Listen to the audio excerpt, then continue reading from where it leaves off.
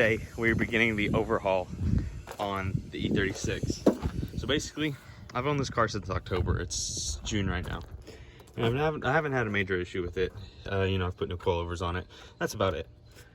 Well, about 2 weeks ago, the cooling system decided to blow up. It was either this, it was something. But so I went and just ordered everything, ordered a new expansion tank, ordered a new water pump, and I ordered a new thermostat.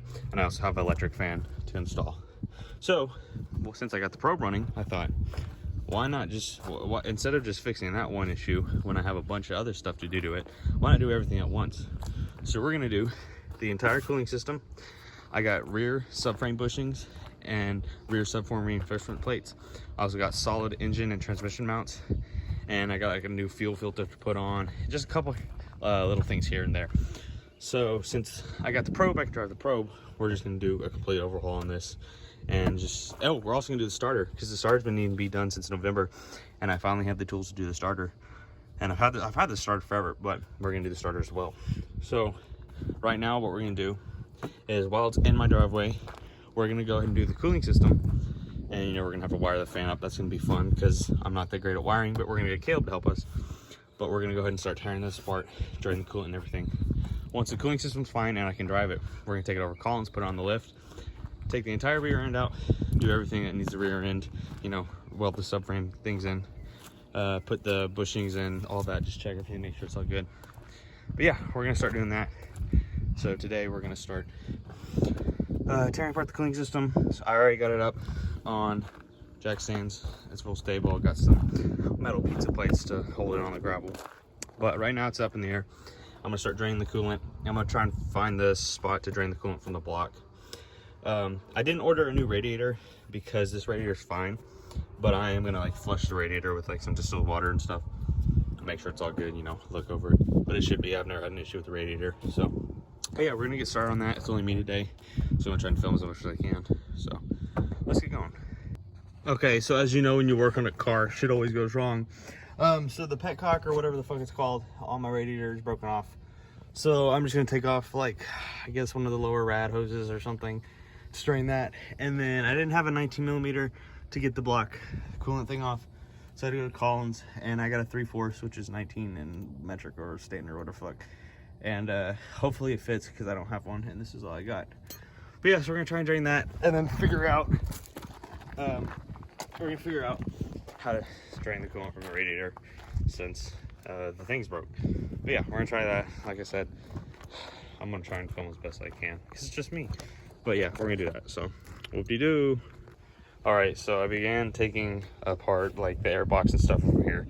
I got the 19mm drain plug broken loose. The 3/4, the 3/4 inch worked perfect, but there's a shit ton of wasps on there, so I'm kind of letting them go away as I mess around up here. So I'm just taking as much stuff I can take off right now. Yeah, so I got the air box out, I got the alternator breather off, and kind of just looking around, make sure there's nothing else. Make sure really all I have left is the radiator mounting points and everything. So it looks pretty good. All it was the air box is held on by two 10mm screws, which is held on by the cruise control, and you just unbolt that and that comes off, and I just left that sitting in there.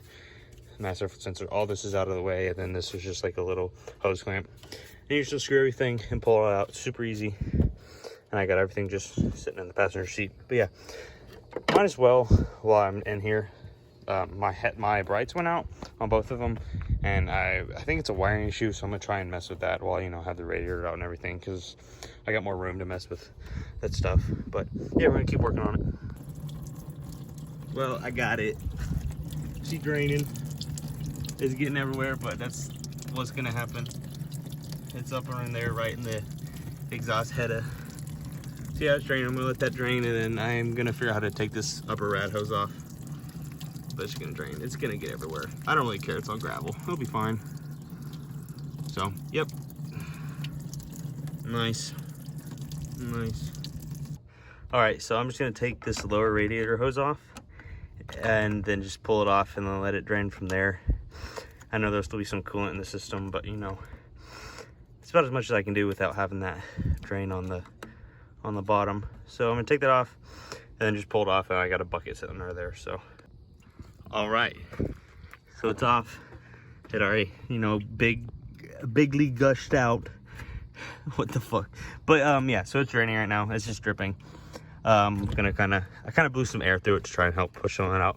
So most of the coolant's out of it. There's still gonna be a little left because, you know, it's not from the lowest point in the radiator.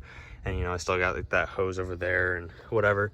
The hose, yeah, that one right there, it goes under to like the side of the block. But so yeah, it's out, it's drained. Basically the entire cooling system's drained except for what's left, like hoses and stuff.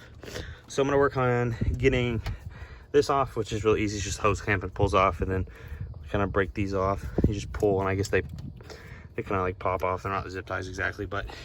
And then I got I don't have a 32 millimeter, but I got a 1 3/4, which is basically the same thing, and it actually fits. I tried it, thanks to my neighbor, because I didn't have one.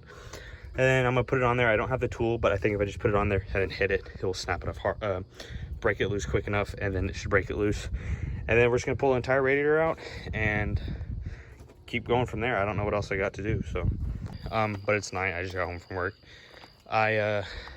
Radiator's out. I just got to undo this temp sensor, but I got the coolant tank, the shroud, the hose, all the good stuff.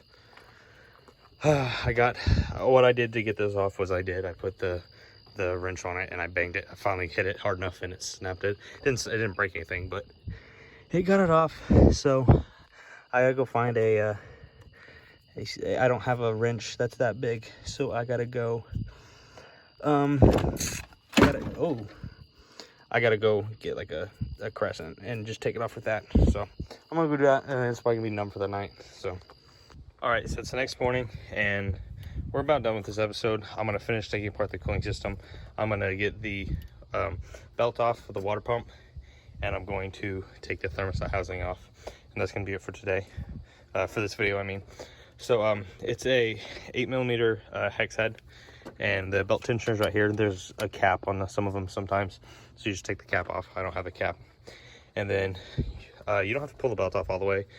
I'm just gonna probably set off the side, and then you got these 4 10 millimeter bolts holding the pulley part on a pump. And then I think you have to take this thermostat housing off to get, or you have to take some bolt off up here of like the motor hold thing to get the thermostat housing off. But yeah, so I'm just gonna get this loose, pull this off, and then unbolt all this, and that's gonna be it for this video. So I'm running to an auto parts store because I figured out the belts that are on the car right now are in really horrible condition. So I'm going to go get some new belts. There's some dogs. Yo, what's up? But yeah, I'm gonna go get some new belts. Hopefully they have them for my car.